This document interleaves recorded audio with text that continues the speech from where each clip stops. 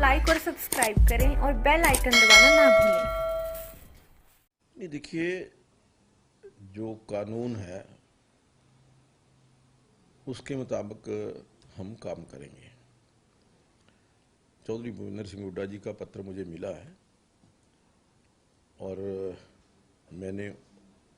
प्रदीप चौधरी जी को भी बताया था कि जो उनकी हाई कोर्ट की जजमेंट, जो हिमाचल हाई कोर्ट की जजमेंट आई है और उसके साथ जो उन्होंने पत्र लिखा है, उस पत्र की लीगैलिटी और उस पत्र के ऊपर जो क्या कार्रवाई हो सकती है as per rules,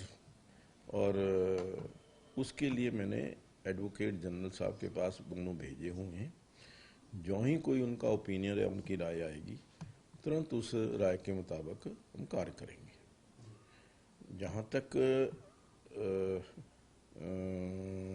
Pradeep Chaudhary जी की बात है, उनको मैंने एक पत्र लिखा था। उस पत्र के एवज में जो उन्होंने मुझे दिया था, और उन्होंने अथॉरिटी को चैलेंज किया था कि आप मुझे इस प्रकार से हटा नहीं सकते। देखिए, ना मैंने हटाया है, ना मेरी कोई पावर है। जो मैंने काम किया है वो मेरी ड्यूटी है एज पर लॉ। मुझे कहीं भी किसी कोर्ट से कोई जानकारी मिलती है किसी माननीय सदस्य के बारे में कि उनको अगर 2 साल से ज़्यादा सजा हुई है, तो उसकी जानकारी देना मुझे इलेक्शन कमीशन को, ये मेरी ड्यूटी है। आई एम ड्यूटी बाउंड, और वो मैंने काम किया है। अब जो उनका मुझे हाई कोर्ट की जजमेंट आई है, वो उसके अंदर कुछ, क्योंकि लंबी जजमेंट है, कुछ ऑब्जर्वेशंस हैं,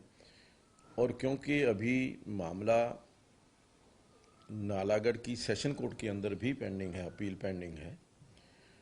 तो उसके मामले में मैंने कानूनी राय मांगी है, और जो ही कानूनी राय आएगी उसके मुताबिक हम कार्य करेंगे। देखिए, जहाँ तक कोविड का सवाल है, कोविड का प्रकोप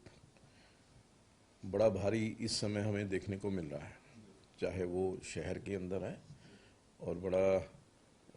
दुख भी है कि अब ये गांवों की ओर भी पैर पसार रहा है। लेकिन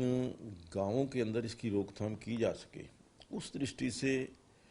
जो सरकार ने हदायतें दी हैं, हमने पंचकूला प्रशासन को कहा है कि प्रत्येक गांव के अंदर 1 हफ्ते के अंदर जाकर के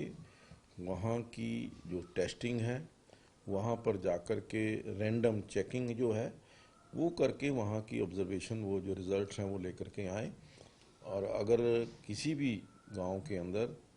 संक्रमण ज़्यादा मिलता है तो वहाँ पर विशेष उपाय, जो ठीकरी पैरा है वो रात को लगाने के लिए कहा है, और वहाँ पर भी जाकर के हमारे वॉलंटियर्स, हमारे जो डॉक्टर्स हैं, वो उनको गाइड कर रहे हैं कि किस प्रकार से आपने इस कोरोना काल के अंदर रहना है। और जहाँ तक पंचकूला में वेंटिलेटर्स और जो बाकी की इक्विपमेंट्स की बात है, मैं समझता हूँ कि उस दृष्टि से यहाँ पर सफिशेंट क्वांटिटी के अंदर हमारे पास बेड्स भी हैं, वेंटिलेटर्स भी हैं, और ये जो कंसंट्रेटर्स हैं ये भी उपलब्ध हैं। हमारे यहाँ पर 4 या 5 जो ऐसे सेंटर हमने शुरू किए हैं जहाँ पर और बेड्स की व्यवस्था की है, और उसमें बहुत सारी एनजीओज भी सामने आई हैं। उसके अंदर निरंकारी मिशन की तरफ से 50 बेडेड एक कोविड सेंटर, जहाँ स्टेप डाउन जो पेशेंट्स हैं, जैसे कोई बहुत ज़्यादा सीरियस हैं, वो तो वेंटिलेटर के ऊपर हॉस्पिटल में रहेंगे, और वहाँ ठीक होने के पश्चात वो जगह जल्दी खाली हो सके, उसके लिए स्टेप डाउन पेशेंट्स के लिए हमने ये ऑक्सीजन की व्यवस्था की है, और जो पेशेंट्स हैं वहाँ हम शिफ्ट करेंगे ताकि और पेशेंट्स को जगह मिल सके। हमने पंचकूला के अंदर जो प्राइवेट हॉस्पिटल्स हैं उनके ऊपर भी नियंत्रण रहे, चाहे वो बेड्स की अवेलेबिलिटी को लेकर किसी प्रकार की कोई धांधली ना हो, या जो बिल्स हैं। अक्सर ये शिकायत आती थी कि प्राइवेट हॉस्पिटल्स के जो बिल हैं वो बहुत बड़ी राशि के बनाए जाते हैं, तो उसके लिए हर हॉस्पिटल के लिए 2-2 सदस्यों की एक निगरानी समिति बनाई है। उसके अंदर एक सरकारी अधिकारी है और एक सोशल वर्कर है। ये दोनों वहाँ की पंचकूला के जो हॉस्पिटल्स हैं उनके प्रशासन के साथ मिलकर के, वहाँ लोगों से मिलकर के, अगर उनको कोई देखिए, मैंने कल ही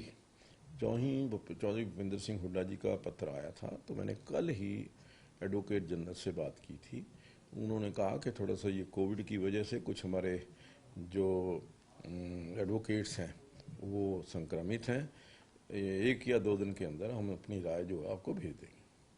हाँ बिल्कुल, उन्होंने रिटन में अपॉलॉजी कहा है कि ये, उन्होंने कहा कि भी ये, वैसे तो उन्होंने कहा कि भी ये लेटर जो लिखा हमारी ये मंशा नहीं थी और उस लेटर को विड्रॉन समझा जाए। जो उन्होंने पहला लेटर लिखा था उसको विड्रॉ कर लिया है और दोबारा लेटर लिखा है, उसके मुताबिक हम कार्रवाई कर रहे हैं।